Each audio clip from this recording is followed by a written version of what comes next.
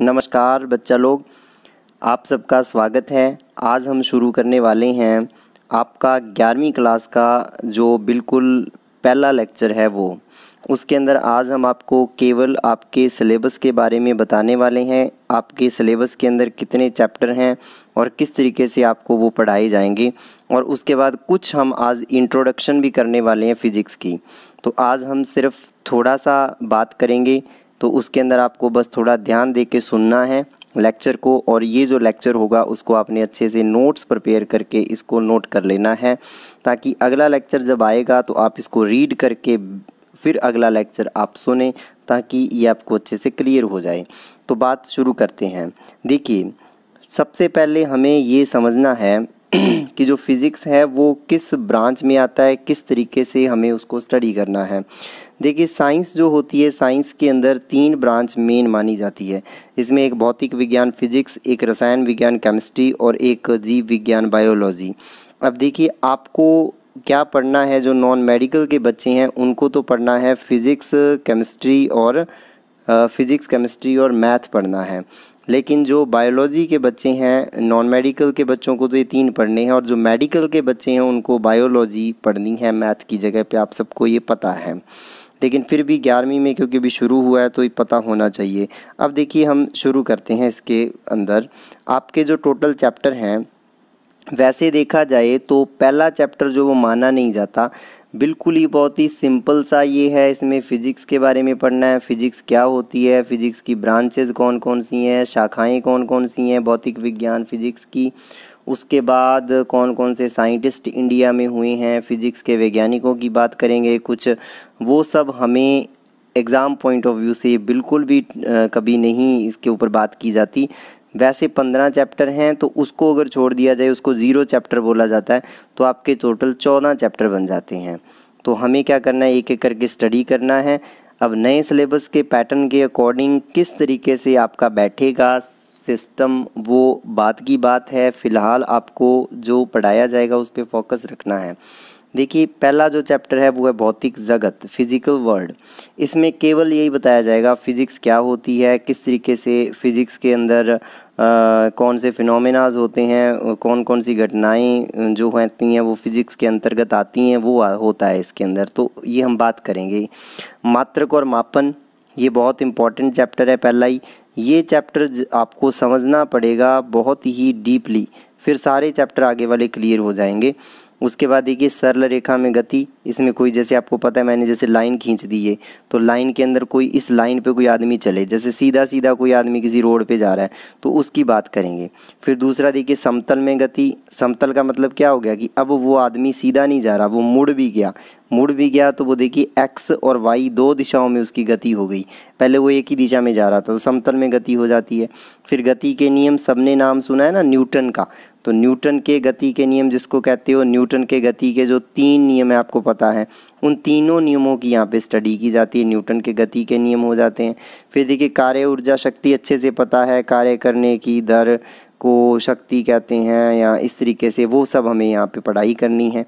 फिर देखिए, ये पिछले साल तक क्या है कि अभी सिलेबस में कुछ फेरबदल करेंगे तो उसमें देखा जाएगा।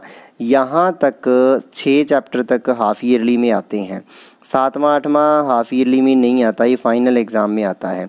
उसके बाद फिर 9 से लेके नीचे 13 तक फिर हाफ ईयरली में आते हैं। 14वां 15वां नहीं आता, 14वां 15वां फाइनल में आता है। बड़े क्वेश्चन इनसे बनते हैं, यानी कि 7वां 8वां और 14वां 15वां चैप्टर जो है वो आपका हाफ ईयरली के अंदर नहीं आता था, लेकिन अभी फ़िलहाल आ रहा है। अब देखिए उसके बाद वही कणों का निकाय, गुरुत्वाकर्षण आ जाता है। उसके बाद ठोसों के यांत्रिक गुण आ जाते हैं, तरलों के यांत्रिक गुण। तरल के अंदर दोनों आ जाते हैं, द्रव और गैस, ये आपको ध्यान रखना है। द्रव्य के तापीय गुण, देखिए द्रव्य का मतलब होता है पदार्थ, और इसके अंदर क्या आ जाते हैं, तीनों, ठोस, द्रव और गैस। लेकिन जब तरलों की बात करते हैं, तरल में ठोस बाहर निकाल दीजिए तो ठोस वाला चैप्टर अलग हो गया, यानी कि यहीं से चलता है, तो ये 2 पार्ट हो जाते हैं। उसके बाद देखिए, ऊष्मा गति की, इसमें केवल और केवल गति, किसकी गति, गति की, कौन गति कर रहा है, ऊष्मा, तो ऊष्मा की गति की बात करेंगे। टेम्परेचर T1 है, एक का टेम्परेचर T2 है, ताप कम ज़्यादा है, किस तरीके से ऊष्मा बहेगी, उच्च ताप से निम्न ताप या निम्न ताप से उच्च ताप, उसकी इसमें स्टडी करेंगे। उसके बाद अणु गति सिद्धांत, तो इसमें अणुओं की गति की बात करेंगे, अणु किस तरीके से गति करते हैं।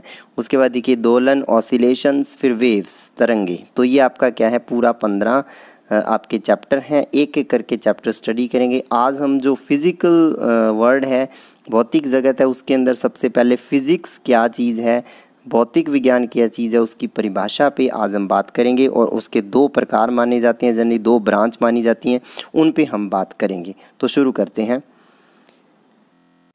देखिए भौतिक विज्ञान से क्या मतलब है, फिजिक्स से क्या मतलब है, आप बस इतना समझ लीजिए, आसपास जितनी भी घटनाएं हो रही हैं, आसपास जो भी हो रहा है, उस सब जगह पे फिजिक्स लग रही है। चाहे बादल, आपके देखिए आजकल जो ऋतु है उसमें आप देख रहे हो कि बादलों का आना जाना, जैसे बादलों को कभी देखना चलते हुए, तो बादलों की जो गति हो रही है, बादलों का गड़गड़ाना, बिजली का चमकना, बिजली का गिरना, जिसको आप कहते हो आवाज़ बाद में सुनाई देती है, बिजली गिरते हुए पहले दिखती है, इसका कारण और उसके बाद हमारे घरों में जो इलेक्ट्रिसिटी चल रही है, वो जितनी भी मोटर गाड़ियाँ चल रही हैं, बाइक चल रही हैं, आप चलते हो, ये सारी चीज़ें जो हैं ये फिज़िक्स ही है। इसमें कोई भी आपको कॉम्प्लिकेटेड नहीं है बिल्कुल। अगर आप समझने की कोशिश करोगे तो फिज़िक्स बहुत ही इजी है और उसको गेम की तरह समझना है। उसको अगर आप पूरी तरीके से प्रेशराइज होके पढ़ोगे तो वो समझ नहीं आएगा।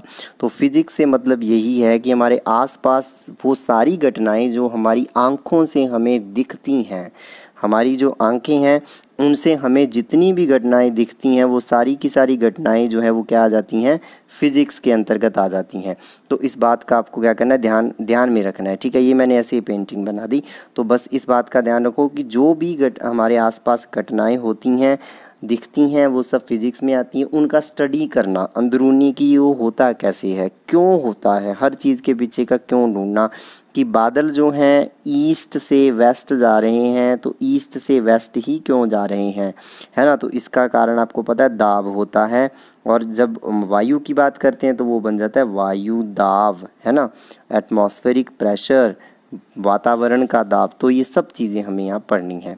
तो देखिए मैं ना एक बात बताऊं आपको, फिजिक्स को 2 भागों में बांटा जाता है। क्यों? इसके पीछे सबसे बड़ा कारण पता है कौन है? प्लांक। ये एक इंसान है, ये एक आदमी है प्लैंक, जिसकी वजह से फिजिक्स को 2 भागों में, फिजिक्स 2 पार्ट में डिवाइड हो जाती है। प्लांक ने क्या किया था, प्लांक से पहले माना जाता था कि प्रकाश की प्रकृति, आपको याद रखना है बस जस्ट इसको, देखो कुछ भी ये रटना नहीं है, ये पहले इसमें जो शुरू में बता रहा हूँ ये चैप्टर या इंट्रोडक्शन, इसको दिमाग में बस सोचना है, इसको रटना है ही नहीं।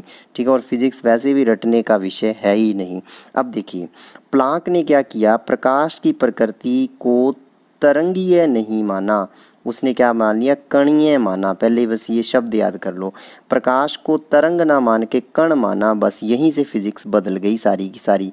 तो पहली जो फिजिक्स तो 1900 में प्लांक ने ये बात बताई थी। तो 1900 से पहले की फिजिक्स का नाम था क्लासिकल फिजिक्स या चिरसम्मत यांत्रिकी।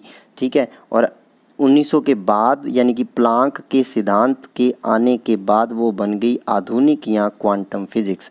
ठीक है, मॉडर्न या क्वांटम फिजिक्स 1900 के पश्चात इसका नाम ये बन गया। ठीक है, 1900 से पूर्व कौन कौन सी ब्रांच चलती थी? यांत्रिकी, मैकेनिक्स चलती थी।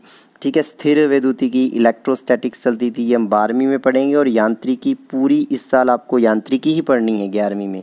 12वीं में स्थिर वैद्युतिकी का पूरे के पूरे 7-8 चैप्टर हैं, और विद्युत चुंबकीय तरंगों का भी अगले साल पढ़ना है। तो ये सारा क्लासिकल में आता है। क्वांटम में क्या आता है? प्लाज्मा आ जाता है, जो कि 1900 के बाद की है।